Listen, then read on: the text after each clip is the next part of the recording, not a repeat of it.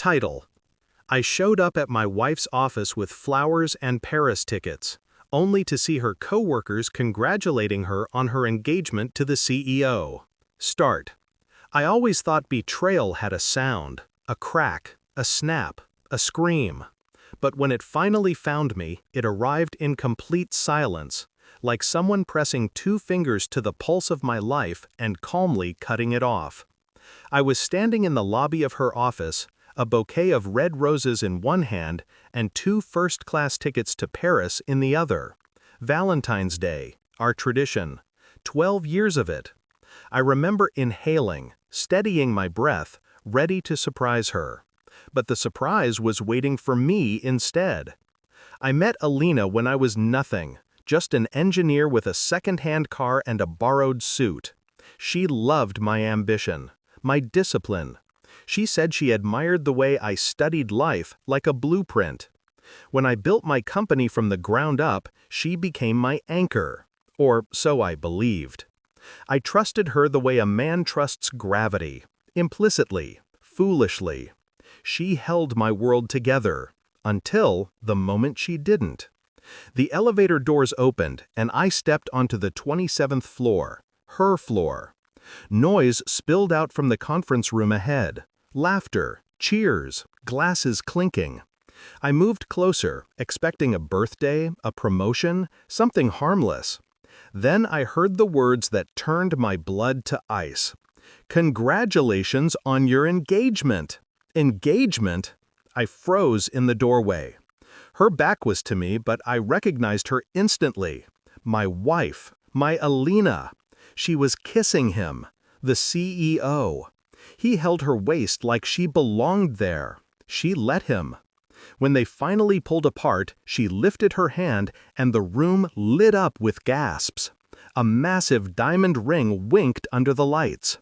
My flowers slipped from my hand. No one noticed the roses hitting the floor. No one noticed me, except her. Her eyes widened as she locked onto mine, and for a split second, guilt flickered. Then she looked away. Just like that, like I was an inconvenience she'd forgotten to throw out. I walked away without a word. No shouting, no confrontation, no dramatic scene. Just a quiet exit. The kind that meant something was coming. I sat in my car and watched the last petal fall off one of the roses. Pain didn't consume me, it sharpened me. Alina had forgotten one thing. The man she married was not the man she betrayed. I didn't build an empire by accident. I built it by outthinking every threat, including her. Within an hour, I contacted my lawyers. By afternoon, I had canceled all credit cards under her name and access rights, revoked her car lease, company property, terminated her supplementary insurance, travel privileges, and all executive perks she enjoyed through my position, locked her out of our home, transferred personal funds into private secure accounts. Then came the quiet masterpiece.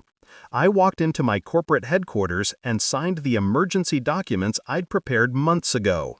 Contingencies I never thought I'd use.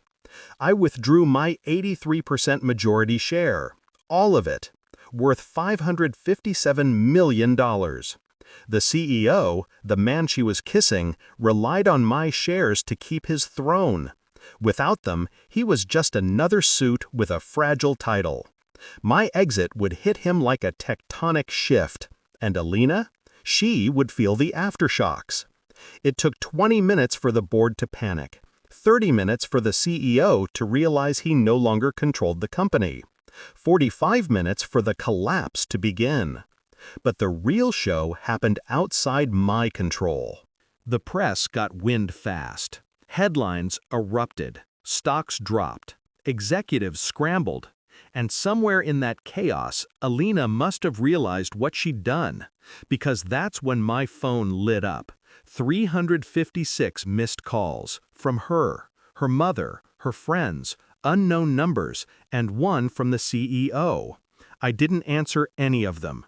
Revenge doesn't need a voice, it just needs precision. Around midnight, someone knocked. Not a tap, a desperate pounding. I opened the door. There she stood, Alina, mascara streaked, hair undone, diamond ring gone. She looked small, shivering, destroyed. "Please," she whispered, I made a mistake." I didn't respond. I just watched her unravel. "I didn't mean to fall for him," she said. "It was stupid. I thought he could give me more. I thought you were always so distant, so focused on work. I wanted attention." Her voice cracked. "Please, can we fix this?" She reached for my hand, and I stepped back. "No," I said quietly. Just one word. Enough to end her world. She sank to her knees on my doorstep, begging, sobbing, apologizing, but there was no fire left in me. No anger, no heartbreak, just clarity. The next morning, the CEO was removed by the board. Investigations opened, affairs exposed, contracts unraveled. His reputation drowned within hours. Alina tried contacting me again. Dozens of emails, hundreds of messages, all deleted. I didn't need to scream. I didn't need to confront. I let consequences do the talking. Tonight, I sit alone in my penthouse, looking at the roses I picked up from the floor of her office. The petals dried, the color muted. Still beautiful, just different. Like me. People think revenge is fire. But mine wasn't. Mine was ice, calculated, quiet, absolute. She stole my Valentines, I stole her future. And for the first time in years, I feel free.